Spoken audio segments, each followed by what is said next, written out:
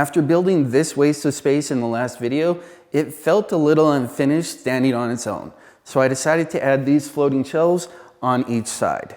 I didn't want to make any cabinets because unless I went with a really dated style where the cabinets protrude out the front of the fireplace, they'd end up being only about 5 inches deep. That would also diminish the effect of the floor to ceiling solid slab of quartz. It's going to be a little bit of piece these things together, but I figured out I can get all the pieces for the shelves out of that. And then the only little bits left over I need are the actual wall mount bits. Here I'm taking a refresher look at the cut plan that I made in Adobe Fireworks. Video about that linked below. We can do this on the miter saw, we'll just have to flip it. And with these chunks chunked out, we can set up the table saw and start ripping.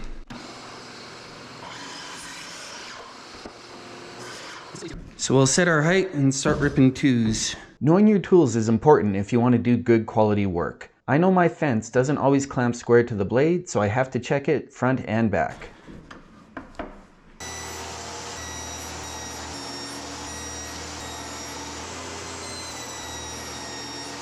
Cross-cutting on the table saw. You can do it, even safely, without a crosscut sled. The key is to be aware of where you're putting pressure. I'm using my left hand to do all the forward motion and my right hand just to keep up. You'll see when the cut finishes, the right side doesn't twist towards the blade, it moves away from it and the end closer to me. That also helps keep the newly cut edge away from digging into the blade and leaving me with more filling and sanding to do. The next thing is figuring out how I deal with the miters on the ends of these. And once I have the miters, how to get them all to the same length. So what I could do is cut all my miters, then set this to square, set up a stop block, chop chop. That might be the way to go.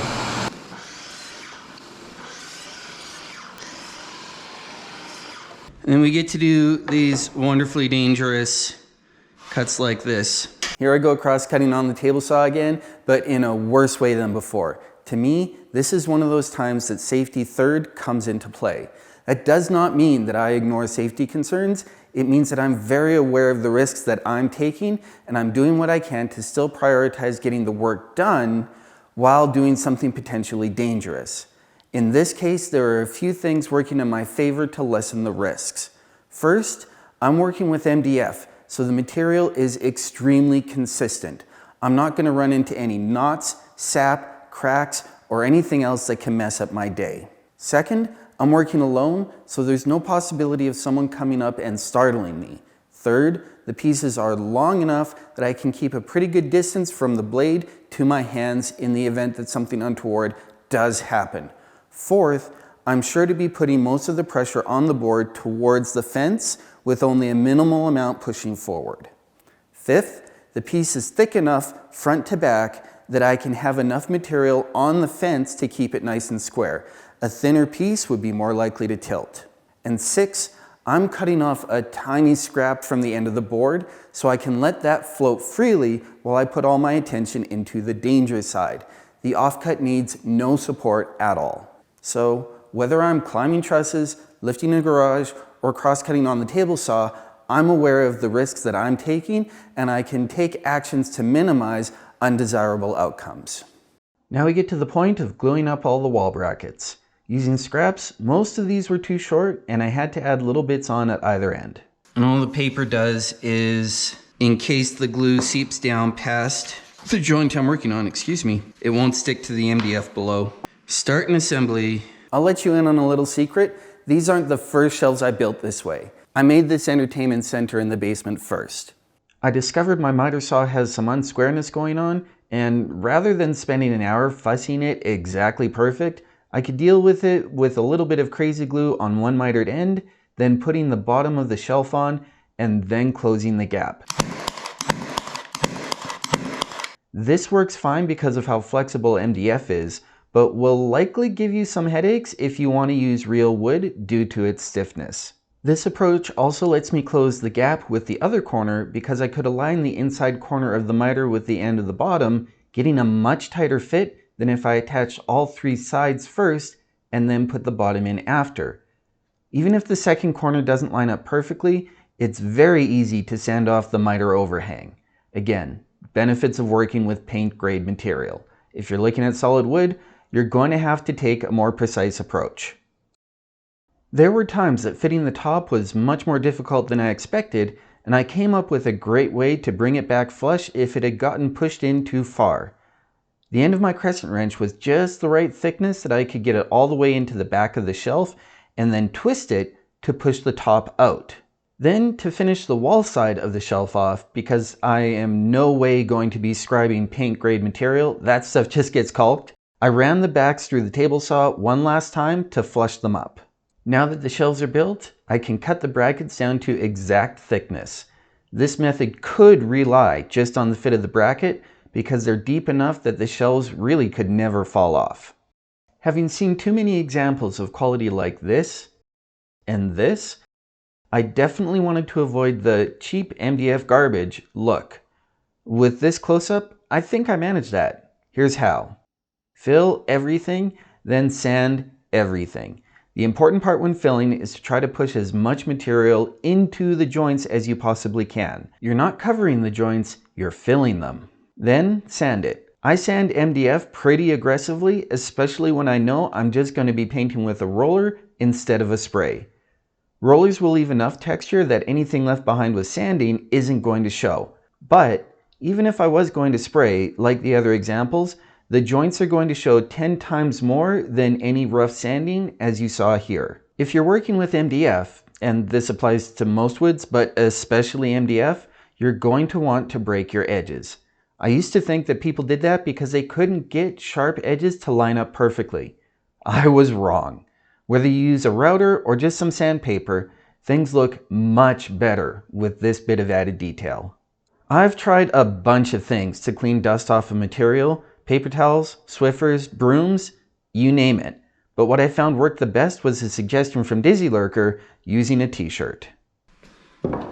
Time to get a coat of primer on everything. 36.5. And the half is because of the thickness of the bottom of the thing.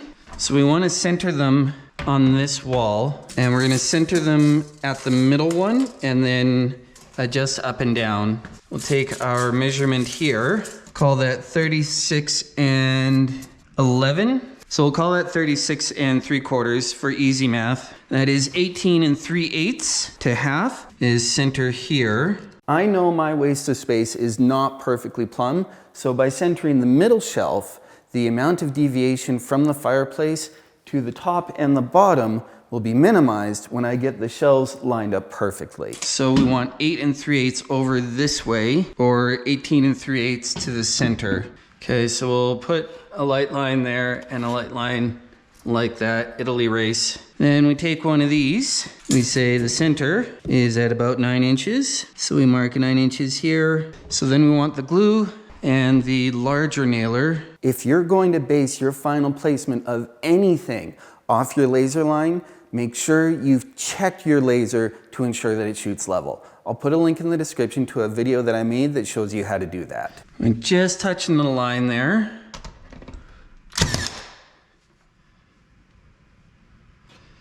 And then we can adjust a little bit.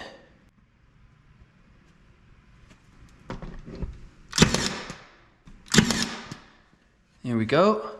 And then we will pre-drill at least the MDF portion of that.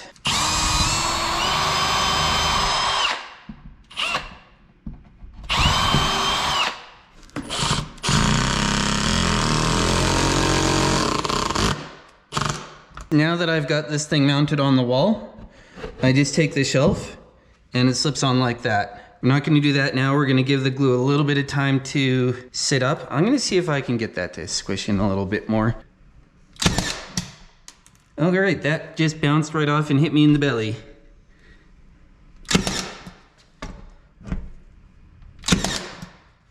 There we go. Now that'll hold it in to get glue. Here's how it looks with the brackets on. One thing I should have pointed out earlier, the brackets are all an inch or two shorter than would fill the whole shelf. This lets me do the final adjustments with the shelf rather than having to get the bracket perfectly in place.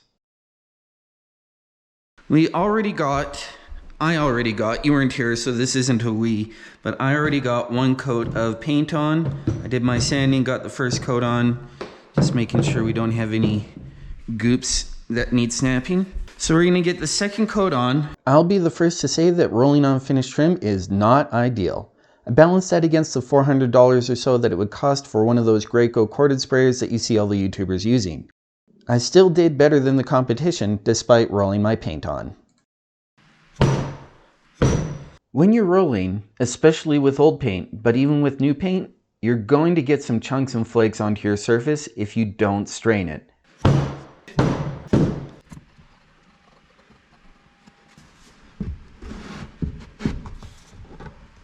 That's too far to the left. That's too far to the right. Just a little bit more left. That was probably too much. When you're trying to get really fine adjustments, use one hand on the piece to judge how far it's moving before you go back to remeasure. So we're just between 8 5/8 and 8 3/16. We're pretty good. I could leave it like this if I wanted to, because it does have glue and that would be enough. But I do also like to come in and pop in a few nails. And we're gonna have to get some caulk in on this because that's a bit chonky of a gap. So now, based off this middle one, I can set my level to plumb here.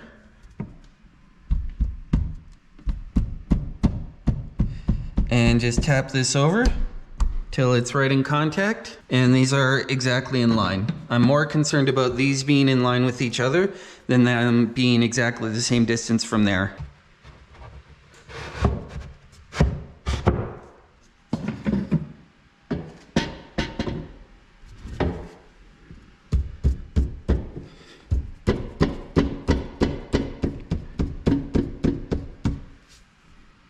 There we go. You can't get away with the shortcuts of paint grade material without going back and filling the gaps and nail holes left behind. I got a question from a buddy about a hardy board siding job that he hired someone to do.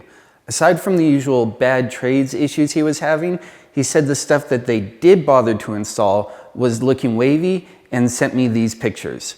I noticed from this picture that it looks like he's got some kind of styrofoam on the outside of his house instead of OSB or plywood sheathing. Whether that's sheathing foam or insulation foam, based on how wavy it looked here, my thoughts were that the installers were either missing the studs or over compressing the foam. He had another siding guy come out and their opinion was that it wasn't installed straight on the wall, that the ends were probably left to hang when the center was attached and then not straightened when the ends were nailed. From the look of this picture, it seemed to me that it was waving too frequently for that to be the main cause. I've never worked with hardy board, so I gave them a call and asked them what they thought. They said it was most likely the installer was missing the studs and that their product shouldn't droop enough to cause that much of a bow. With hardy board essentially being concrete, it didn't make sense to me that it would be drooping along its width. But what could be happening is that it's flexing over its thickness, like how this piece of paper will. And that because of lap siding getting installed with a bit of a lean, that could be causing some kind of flex. Before my buddy goes and hires someone else to come and solve this problem, I wanted him to check whether or not what the second contractor said is true by shooting a laser across the bottom of one of the boards. If it's simply end droop, then when he puts the laser at the middle, he'll be able to see the ends crossing the laser. If it's due to stud missing, then the board should not cross the laser. Whatever the reason, if someone's going to come and give you their opinion about why or how someone else botched the job, it's best, if you can, to check what they're saying to see if they're right.